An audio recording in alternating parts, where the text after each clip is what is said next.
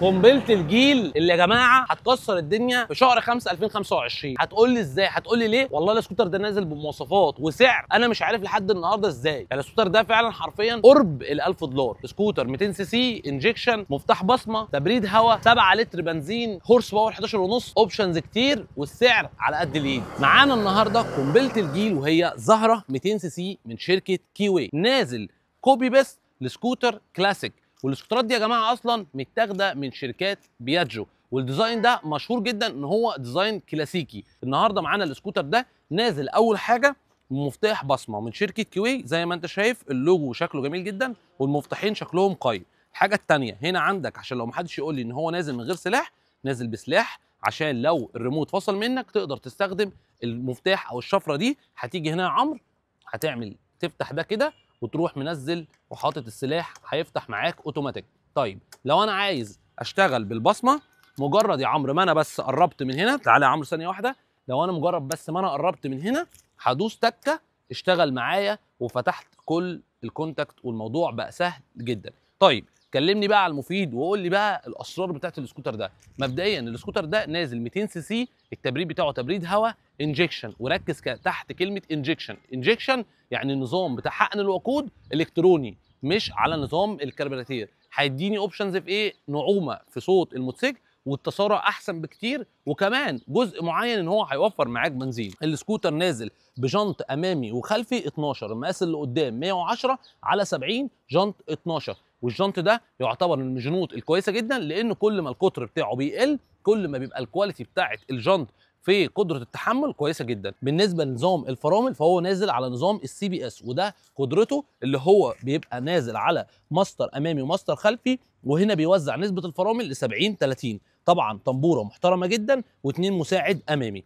طبعا هنا عندنا هنيجي على الوش هتلاقي حاجه بسيطه جدا، وهي ده الجمال بقى فين؟ في التفاصيل. هنا عامل لك فانوس صغير خالص ال اي دي، وهنا عامل لك عمرو لو تاخد بالك حته كده للفخامه، حته كده شايف تحس ان هي ايه اصلا عمرو؟ جلد. لكن هي مش جلد، هو مديك تفاصيل ان الحته دي فعلا جلد. هنا هنلاقي شركه كيوي حاطه اللوجو بتاعها، وهنا بقى الجمال في الفانوس الليد اللي قدام، هنا حاطط لك كلمه كيوي، والقمره من جوه متقسمه لحاجتين، فانوس ال اي دي وهنا شبات عشان تنور. مش بس كده، لو انت كمان عايز تنور النور العالي فاصبح النور بقى عالي جدا، بس مش هيبان دلوقتي لان احنا فين؟ في النهار.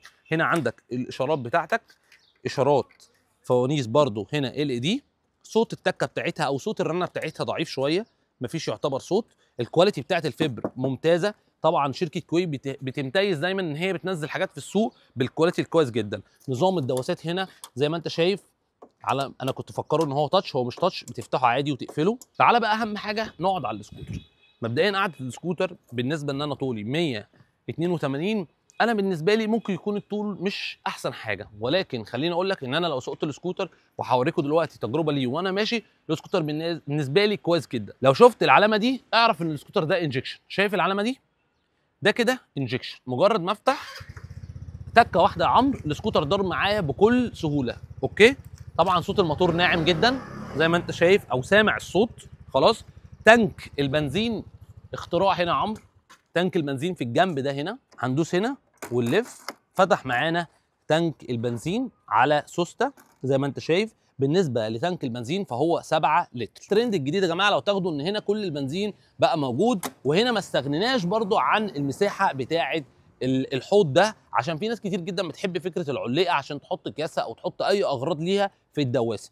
كاد يكون ان انا حاسس ان الجزء ده ضيق شويه مش كبير، ولكن في الاول في الاخر لو انا قاعد وحبيت احط حاجتي، بص يا عمرو كده، حبيت احط حاجتي برضو هتنزل هنا بكل سهوله، ولكن المساحه هنا مش هتكون واسعه زي بقيه الاسكوترات. وهنا يا عمرو بقى الحاجات الجميله، هنا هتلاقي عندك حاطط 2 تشارجر تايب A وتايب C. بص بقى يا عمرو الويتنج هنا حطوا لك في شكل غريب شويه، عكس الزرار هيشتغل معاك ويتنج. طبعا هنا عداد السرعه بان معاك الكيلوات، وعندك هنا المشي اللي انت مشيته ومؤشر البنزين. الحاجات بقى الجميله اللي انا هكلمك عليها برضو يا عمرو هي مساحه الشنطه الداخليه.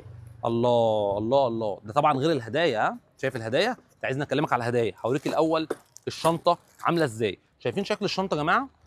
وده الكفر بتاع اللي هنا بيتحط بعد الترخيص بتاع الشاسيه. الشنطه مساحتها كويسه جدا، تكفي خوذه كامله ان شاء الله. انا مش عارف الحته دي ليه بارزه شويه. هي طبعا لو كانوا استغنوا عنها هيبقى الشنطه مساحتها خطيره خطيره. هنا عندك شنطه عده والكتالوج، وشركه كوي زي ما هي عودت الناس من دي 1 ان هي تبعت دايما جيفتس للناس. هنشوف بقى مع بعض.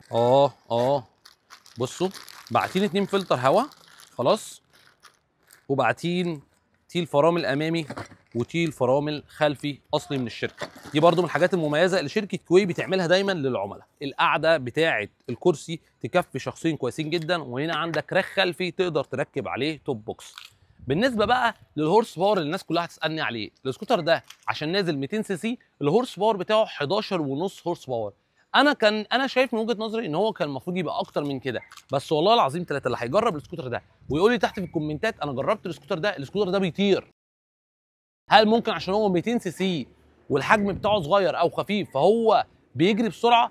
في الاغلب لكن فعلا هو حرفيا انا شايف من وجهه نظري ان شركه كوي بتحط ايديها قوي على الحاجات الملموسه، يعني بتحط ايديها على نقطه السعر ونقطه الاوبشن. النهارده عميل يحب يشتري اوبشنز كتيره، النهارده نازل 200 سي سي تبريد هواء، قطع غياره متوفره من الشركه وبرضه هتلاقوها في السوق. انا معاك كعميل ان انت النهارده مش عايز تشوف كل يوم موديل جديد. انا كأسامه بعترض على الفكره دي، وانا شايف ان كتره الموديل الكتيره ممكن ينجح موديلات وممكن يسقط موديلات. ولكن انت لو تيجي للسياسه بره هتلاقي ان شركات كتيره جدا بتنزل موديلات حتى في العربيات وبعديها بينزلوا موديل تاني. هل ده جزء صح وجزء غلط؟ في ناس كتير يقول لك ده صح لان التكنولوجي كل شويه بينزل موديل جديد، وفي ناس تقول لك لا غلط. انا مع نظريه ان انا ممكن انزل، بس ان انا في الاول وفي الاخر انزل دعم دايما لقطع الغيار، عشان في الاول وفي الاخر العميل اللي اشترى مني القطعه دي او دي او دي او دي ما يتظلمش معايا في الاخر. يبقى هو ادام اختار موديل معين ووثق فيك في الموديل ده، لازم ان انت تحقق المعادله الصعبه بالنسبه له. المميز في السكوتر ده من وجهه نظري ان السكوتر ده فيه شبيه ليه في السوق المصري موجود بس مع منتج او اسم شركه تاني، فسهل جدا ان ممكن عميل ياخد من قطع غيار ده يركب لده لان هي كوبي بس. الوكيل كان شرط عليه ان برضه نزول الموديل ده ان هو يوفر له قطع غيار. يعني الطلبيه دي النهارده جت احنا في 2000 كام 2025 شهر 5 النهارده 19 والله العظيم قطع غيار الزهره دي موجوده عندهم في الشركه. خليني اقول لك بقى عامل نقطه معلومه للمساعدين الخلفي عشان احنا نسينا نقول عليها. السكوتر ده نازل على 2 مساعد خلفي. اكتر الناس اللي كانت بتشتري السكوتر الكلاسيك ده يقول لك يا عم هو بينزل ليه بنسخه واحده، هو نازل ب2 مساعد خلفي، وطبعا جنط ال 12 خلفي برضو، وماستر فرامل، وشكل الجاكمان على الشكل الكلاسيك، وطبعا هنا الشكل البومبي الجميل بتاع السكوتر. وهنا عندك الفانوس نازل برضو LED. ثانيه واحده باين كده عم انا لازم اجرب السكوتر صح؟ خد يا عم جرب السكوتر. خد راح فين؟ نور كده النور. قاعدين بقى في السواقه. طب انت حاسس ان السكوتر ناعم معاك؟ في بقى ايه القوه بتاعته الحلوه. القوه بتاعته بص يا عمرو، انا طبعا طولي 182. شايفين رجلي طبعا مش افضل حاجه، بس طبعا برضه هقول لكم الحقيقه ان دايما مفيش حد بيختبر سكوتر في لفه ولفتين، على الاقل لازم يكون ماشي بيه لفتره معينه. عشان كده دايما بقول ان اليوزرز هم احسن ناس تجرب السكوتر دي. ولكن السكوتر ناعم معايا. القعده بتاعته طبعا زي ما انتم شايفين فكره رجلي كسكوتر قيمه مقابل سعر في الاوبشنز دي، وبالذات ان مش كل الناس يا جماعه بصراحه يعني 182، يعني مش كل الناس طويله، فاحنا برضو بنتكلم على حالات فرديه ليا انا كطولي، لكن في ناس كتير جدا الطول بتاعهم قصدي طبيعي وعادي. وطبعا اهم حاجه اللي كل الناس مستنياه وهي السعر. خليني اقول لك ان انت النهارده السكوتر ده في السوق ب 58,000 او ب 57.5. السكوتر ده قيمه حقيقيه مقابل سعر. انا شايف ان تسعيره ممتاز. حبيبي اخبارك ايه؟ بيجيب معاك توب سبيد ممكن 110. السكوتر نازل على نظام الانجكشن، فرامل CBS، مفتاح بصمه. 58,000 جنيه. معلش انا شايف ان الاسعار كلها من اول ال 60,000 جنيه، ولو حتى في حاجه اقل من 150 حتى الكيت نفسه. الكيت برضو واخد سكوتر دلوقتي ادفنشر، واخد قوي طبع المصري مش واخد الستايل بتاع الكلاسيكي. في ناس كتير قوي عمرو انت عارف ان هي بتحب الحاجه تبقى هاديه، ده ذوق الناس الهاديه. والاهم بقى من ده كله ان انا عايز اشوف حب اللايك للزهره في لايكات يا جماعه. انا كمان سنه هفتح الفيديو واشوف جاب كام لايك لسكوتر كوي زهره. سلام.